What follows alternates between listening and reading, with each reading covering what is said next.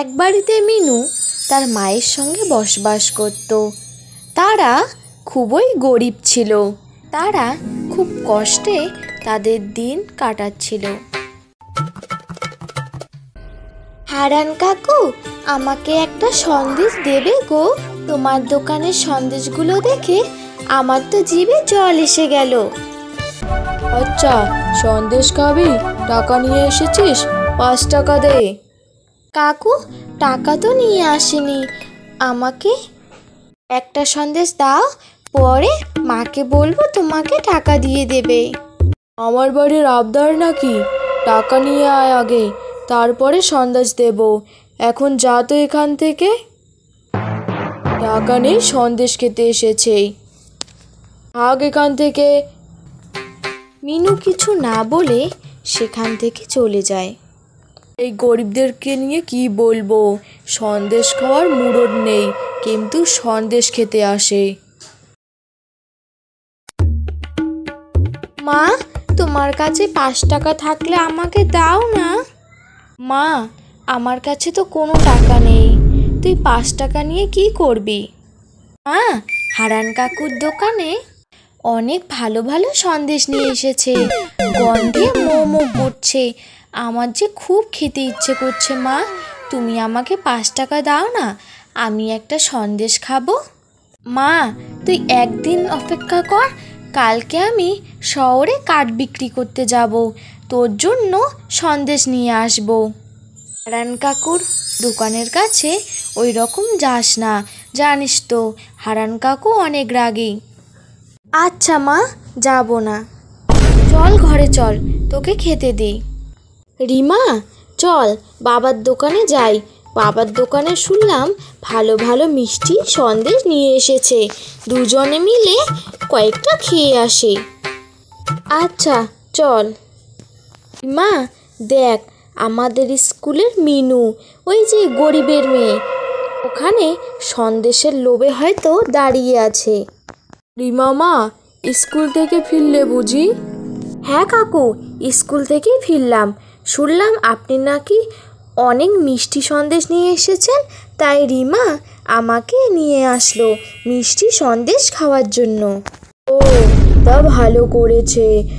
এখানে তো বেশি সন্দেশ মিষ্টি নেই, দাঁড়াও আমি বাড়ি থেকে নিয়ে আসছি। রিমা, মায়া, এখানে নজর দিও, বুঝলে তো? আশেপাশে মিষ্টি চোর অনেক আছে।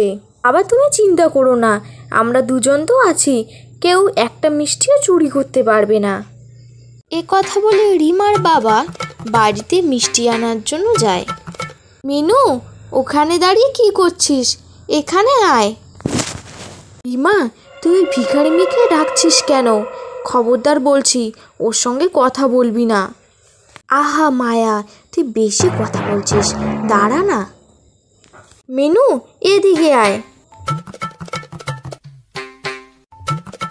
রিমা, কিছু বলবে? তুমি আমাকে ডাকলে কেন? ওখানে দাঁড়িয়ে কি করছিলি? মিনু, একটা সন্দেশ খাবি? আমার কাছে তো টাকা নেই রিমা, আর কাকু তো এমনি এমনি সন্দেশ দেবে না। ও, এই ব্যাপার? বাবা আমাকে বলল তোকে একটা সন্দেশ দিতে। নে নে, ওখান থেকে একটা সন্দেশ নিয়ে নে। তুই সত্যি বলছিস রিমা?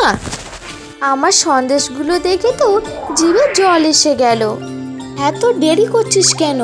ওখান থেকে একটা সন্দেশ তুলে নে। তখনই মিনু টেবিল থেকে একটা সন্দেশ তুলে নেয়, সেখানেই রিমার বাবা চলে আসে। এই যে মিনু, তুমি সন্দেশ নিয়েছো কেন? রিমা, এ কি টাকা নিয়ে এসেছিল? না গো কাকু, আপনার দোকান থেকে সন্দেশটা চুরি করেছিল, আমি আর রিমা ওকে হাতে নাতে ধরেছি।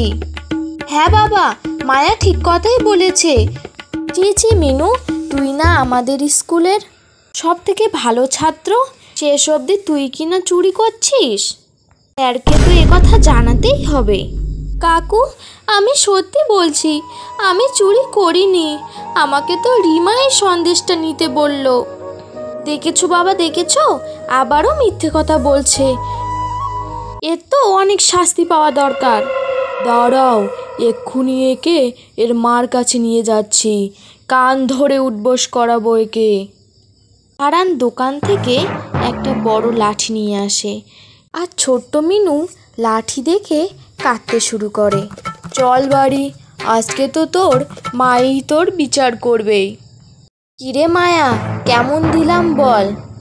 তুই তো একদম কামাল করে দিয়েছিস। আমি জানতাম তুই এত ভালো মেয়ে কিছুতেই হতে পারিস না, তার পিছনে কোনো না কোনো উদ্দেশ্য আছেই। এবার বুঝবে মিনু, মিথ্যে অপবাদ নিয়ে স্কুলেও যেতে পারবে না। আমরা কালকে স্কুলে গিয়ে এর মিথ্যে মিষ্টি চোরের কথা বলে দেব সবাইকে। হারান মিনুকে মারতে মারতে বাড়িতে আনতে থাকে। মিনুর মা তাই দেখে দাঁড়িয়ে পড়ে। হারানদা, মেয়েটাকে এরকম করে নিয়ে আসছেন কেন? ও কি করেছে আপনার? কি করেনি ওকে জিজ্ঞাসা করুন। ও আমার দোকান থেকে একটা সন্দেশ চুরি করে খেয়েছে। হায় হায় মিনু, আমি তোকে এই শিক্ষা দিয়েছি? তুই কি সত্যি কাকুর দোকান থেকে সন্দেশ চুরি করে খেয়েছিস? না মা, আমি সত্যি বলছি, আমি কাকুর দোকান থেকে কোনো সন্দেশ চুরি করে খাইনি। কাকুর মেয়ে রিমা আমাকে ওখান থেকে একটা সন্দেশ নিয়ে খেতে বলেছিল, তাই আমি নিয়েছিলাম। তুই আমার দোকান থেকে মিষ্টি চুরি করে খেলি, আবার আমার মেয়ের নামে কথা বলছিস? দাদা, আমি তো জানি না কে ভুল করেছে, ওকে ক্ষমা করে দিন।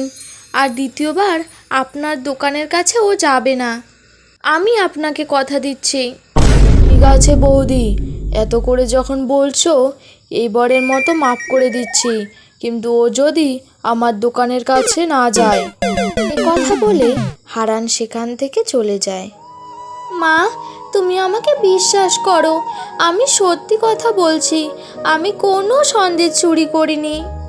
আচ্ছা মা, আচ্ছা, তুই কোনো সন্দেশ চুরি করিসনি, কিন্তু আমার একটা কথা মনে রাখ, দ্বিতীয়বার যদি হারান কাকুর দোকানের কাছে তোকে না দেখতে পাই। আচ্ছা মা, আমি আর কখনো যাব না। একদিন বটতলার পাশ দিয়ে আসছিল, সেখানে এক বৃদ্ধ মহিলা অসুস্থ হয়ে পড়েছিল। জল, আমাকে একটু জল দাও। বুড়িমা, কি হয়েছে আপনার? আপনার কি খুব শরীর খারাপ করছে? মা, আমাকে একটু জল দাও, নইলে যে আমি আর বাঁচব না।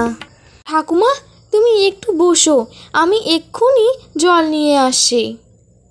এ কথা বলে মিনু জল আনতে যায়। কিছুক্ষণ পর জল নিয়ে ফিরে আসে। ঠাকুমা, এই নাও, এই নাও, জল নিয়ে এসেছি, তাড়াতাড়ি খেয়ে নাও। বৃদ্ধ মহিলা জলটুকু খেয়ে নেয়। জলটুকু খেয়ে খুব ভালো লাগছে মেয়ে, তোমার জন্য হয়তো আজকে আমি বেঁচে গেলাম। এরকম করে কেন বলছো ঠাকুমা? আজকে যদি আমার নিজের ঠাকুমাও এরকম করে পড়ে থাকতো, তাহলে তো কেউ না কেউ আমার ঠাকুমাকেও সাহায্য করতো। তা তো বটেই, কিন্তু তুমি আমাকে সাহায্য করেছো, তোমাকে তো আমাকে কিছু দিতেই হবে। আমার কাছে একটা জাদু সন্দেশের গাছ আছে, সেই সন্দেশের গাছটা তুমি মাটিতে পুঁতে দেবে, দেখবে সেই গাছ থেকে শত শত সন্দেশ হবে। ঠাকুমা, তুমি যে এসব কি বলছো না, গাছ থেকে কি সন্দেশ হয়? সে তো বটেই, বিশ্বাস তো কারোরই হওয়ার কথা না। তুমি এই চারা গাছটা নিয়ে যাও, মাটিতে পুঁতে দিও, তারপরে দেখবে এর আসল জাদু।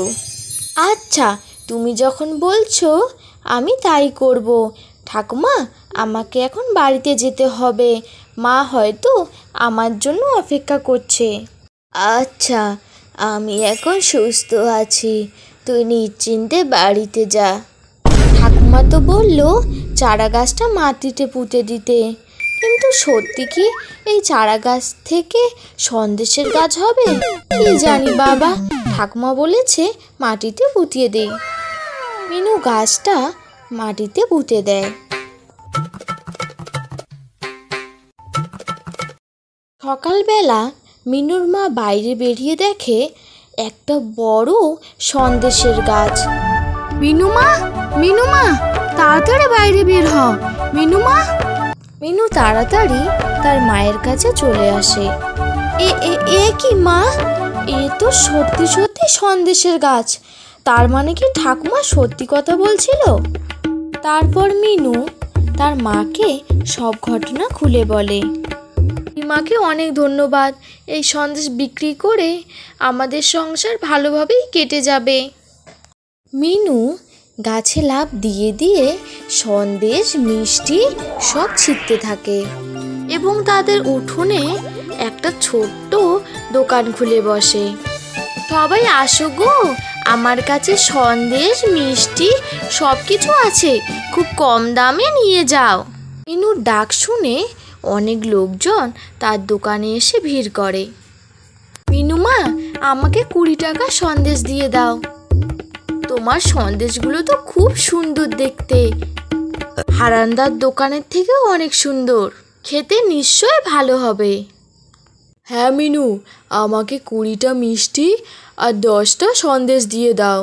তোমরা এক এক করে বলো, আমি সবাইকে সব কিছু দিয়ে দিচ্ছি। এদিকে হারানের দোকানে কেউ সন্দেশ মিষ্টি কিনতে আসে না। মিনুরা যবে থেকে দোকান খুলেছে আমার দোকানে তো কেউ আসে না, শুধু এই মাছিগুলো ছাড়া। না, এইভাবে চলতে পারে না, আমাকে কিছু একটা করতেই হবে। আমি বিষ নিয়ে এসেছি। এই মিনুর এই সন্দেশের গাছে আমি বিষ ঢেলে দেব। কাউকে তো কোথাও দেখতে পাচ্ছি না। এই বিষ খেয়ে 1-2জন মারা গেলে মিনুর দোকানে কেউ আর সন্দেশ মিষ্টি কিনতে আসবে না। হারান গাছে বিষ দিয়ে সেখান থেকে চলে যায়। মিনু, সেদিন তোর সঙ্গে আমার ওরকম করা একদম উচিত হয়নি রে, আমাকে ক্ষমা করে দিস। আমি কিছু মনে করিনি। তুই বল, তুই কেন এসেছিস? সন্দেশ খাবি? তোকে আমি ফ্রিতে সন্দেশ দিব। ফ্রিতে নেব না, আমি টাকা নিয়ে এসেছি, আমি টাকা দিয়েই সন্দেশ খাবো, আমাকে একটা সন্দেশ দে। তারপর মিনু রিমাকে একটা সন্দেশ দেয়। রিমা যখনই সন্দেশটুকু খায় মাটিতে ধপ করে পড়ে যায়। রিমা, রিমা, কি হয়েছে তোর? রিমার বাবা সব কিছু বুঝতে পারে। মিনু, তুই একে কেন মিষ্টি খেতে দিয়েছিস? হ্যাঁ, কেন খেতে দিয়েছিস? কেন কাকু, আমি তো ওকে ভালো মিষ্টি খেতে দিয়েছি, আজকেই গাছ থেকে ছিঁড়েছিলাম। হারান সেখানে বসে কাঁদতে শুরু করে দেয়। কেন দাদা, আপনি এত কিছু জিজ্ঞাসা করছেন কেন? রিমার হঠাৎ করে কি হয়ে গেল বলুন তো? তারপর হারান সব ঘটনা খুলে বলে। দাদা, এসব কথা পরে হবে, আগে মেয়েটাকে বাঁচান, চলুন হসপিটালে নিয়ে যাই। দেখলেন তো দাদা, অন্য কারোর ক্ষতি করতে চেয়ে নিজেরই অনেক বড় ক্ষতি করে ফেললেন।